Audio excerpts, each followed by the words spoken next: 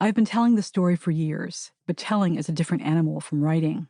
In the telling, I have shaped a version of it, one that fits neatly in my hand, something to pull out of my pocket at will, to display and to tuck away when I'm ready, like a shell or a stone or a molded piece of clay.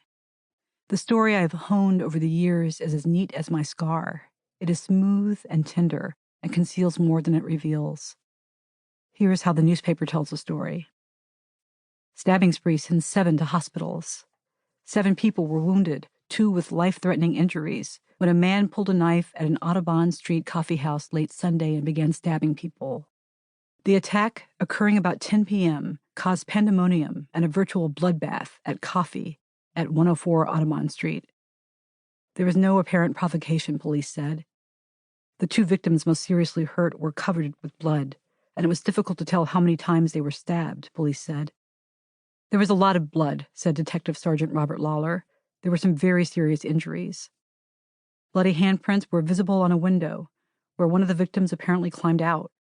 Numerous trails of blood led from the coffee house, which is in the city's arts district, near the Creative Arts Workshop and neighborhood music school. We have no idea what provoked him, Lawler said. There were about 10 people in the coffee house at the time, he said.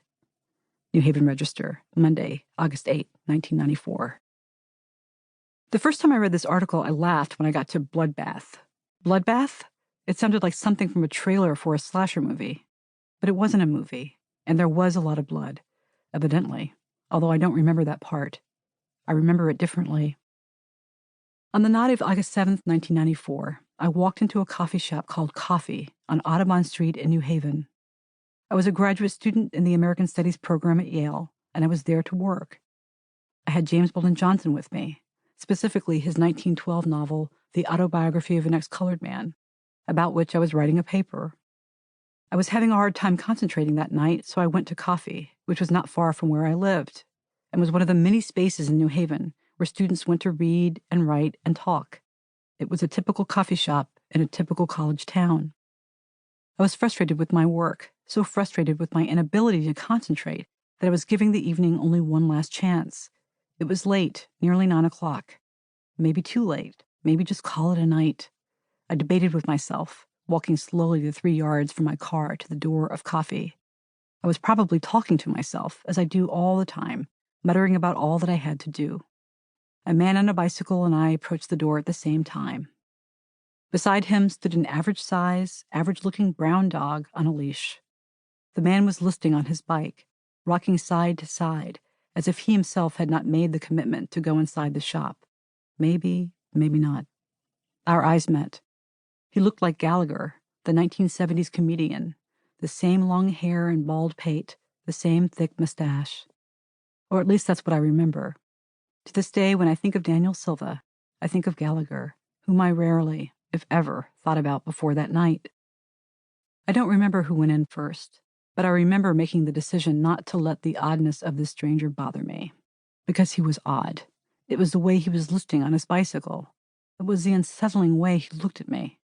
His look was familiar, or too aware, not the passing glance of a stranger. Even now, I have a hard time describing it. He was odd.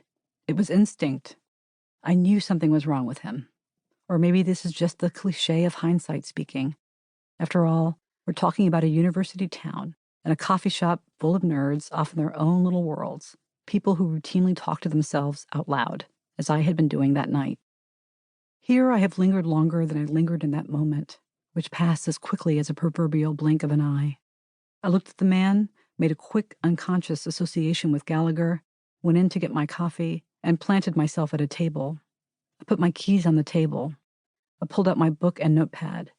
I took off my glasses and my watch. No distractions, just me and the page, as naked as I allow myself to get in public. At some point, I looked up and noticed that the strange man had settled into a chair not far from me. I was aware of him as he watched a table full of young girls next to me, presumably undergraduates. They were talking about a sexual encounter one of them had had recently. The girls were loud, sexy, and full of swagger. I'd been feeling annoyed by them and their devil-may-care bluster, but now I looked up and saw that the man was staring at them, obviously and apparently salaciously. I felt intimidated by his frank stare, But I looked at the girls, and they didn't seem to care, which made me proud of them and emboldened for myself. Go ahead, talk about sex, I thought. Don't let this freak scare you. Eventually, the girls left.